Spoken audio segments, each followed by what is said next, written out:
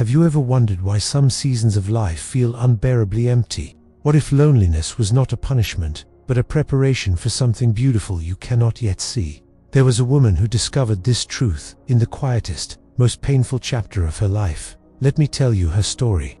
In a small, quiet town in California, surrounded by oak trees and gentle rolling hills, there lived a woman named Margaret. She was 64 years old, known for her warm smile, her kind heart, and the way she welcomed everyone into her home as if they were family. For many years, her small house was filled with laughter, conversation, and the comfort of love.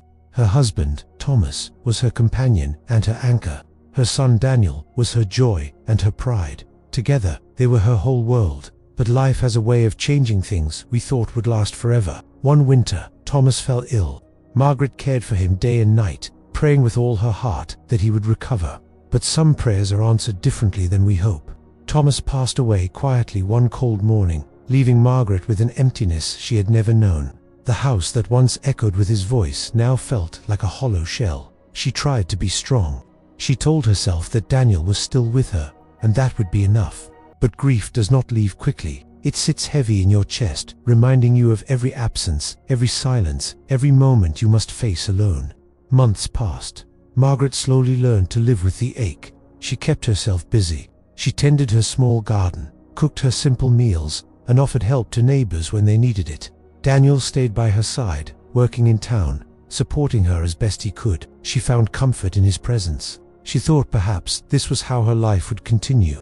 Quiet, small, but not completely alone. Then one day, Daniel came to her with news that shattered the fragile peace she had built. He had been offered work in Seattle. It was a good opportunity, a chance for a better future. He did not want to leave her, but opportunities in their small town were scarce. He needed to go. Margaret's heart broke, but she did not let him see. She smiled, held his hands, and told him she would be fine. She told him to go, to build his life, to not worry about her. She watched him pack his belongings. She watched him drive down the street toward his new life. She stood at her doorway long after his car disappeared from sight, and then she went inside and sat in the silence that now surrounded her completely. For the first time in her life, Margaret was truly, deeply alone. The days became long and heavy. She woke each morning to an empty house. She cooked meals for one. She spoke to no one. The neighbors were kind, but they had their own families, their own lives. Margaret did not want to be a burden, so she smiled when she saw them and retreated into her solitude. Nights were the hardest. The silence felt like a weight pressing down on her chest. She would sit by the window, looking out at the empty street, wondering why God had taken everything from her. Why had her husband been taken? Why had her son needed to leave? Why was she left with nothing but loneliness and questions that had no answers? One evening, as Margaret sat alone in the dim light of her living room, she whispered a prayer she had been holding inside for weeks. She asked God why this emptiness? Why this isolation? Why did he make her so lonely when all she wanted was to be needed, to be loved, to have purpose? She did not hear an answer that night, but something inside her shifted. A quiet thought, almost like a whisper.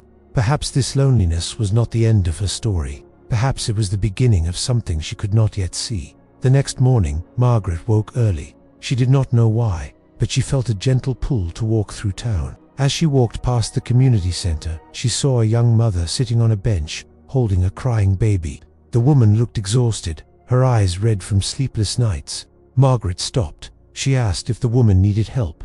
The young mother looked up with relief and gratitude. She admitted she had no family nearby, no one to guide her, no one to give her rest. Margaret sat beside her. She held the baby while the mother closed her eyes and breathed deeply for the first time in days. In that moment, Margaret felt something she had not felt in months. She felt needed. Word spread quietly through the town. The lonely widow who had lost everything became the one people turned to. A grandmother who had no grandchildren of her own became a grandmother to many. Young mothers brought their babies to her when they were overwhelmed. Elderly neighbors asked her to sit with them when they felt forgotten. Travelers passing through town found warm meals and kind words at her door. Margaret's house, once silent and empty, became a place of comfort for those who had nowhere else to go. She realized something profound. Her loneliness had not been meaningless. It had made space inside her, space for others, space for a purpose she never would have discovered if her life had stayed comfortable and full. Years passed. Daniel returned to visit whenever he could. He was surprised to find his mother surrounded by people who loved her, who needed her, who called her their blessing.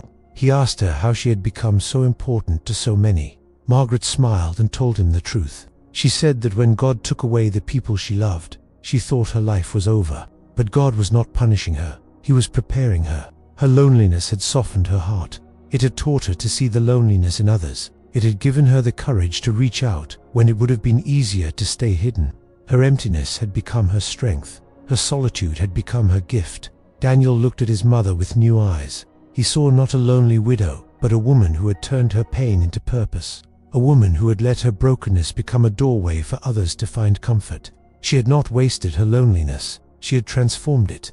And in doing so, she had become exactly who the town needed. And so this story leaves us with a truth that can change the way we see our hardest seasons. Loneliness is not always a curse. Sometimes it is a classroom. Sometimes it is preparation. Sometimes God makes you lonely because He's carving out space inside you for something greater than you could have imagined. Perhaps you are walking through a season of deep loneliness right now. Perhaps you have lost people you loved. Perhaps you feel forgotten, unseen, and without purpose. But what if this emptiness is not the end? What if it is the beginning? What if God is preparing you to hold the pain of others because you have learned to hold your own? Your loneliness has a purpose. It is teaching you empathy. It is deepening your compassion. It is preparing you to be a safe place for someone else who feels just as alone as you do. Do not waste this season. Let it shape you. Let it soften you. Let it make you into someone who sees the invisible and loves the forgotten. When the time is right, you will understand why you had to walk through this, and you will be grateful for what it made you become. Trust the process. Trust the purpose. Trust that nothing in your life is wasted. Don't forget to like and subscribe.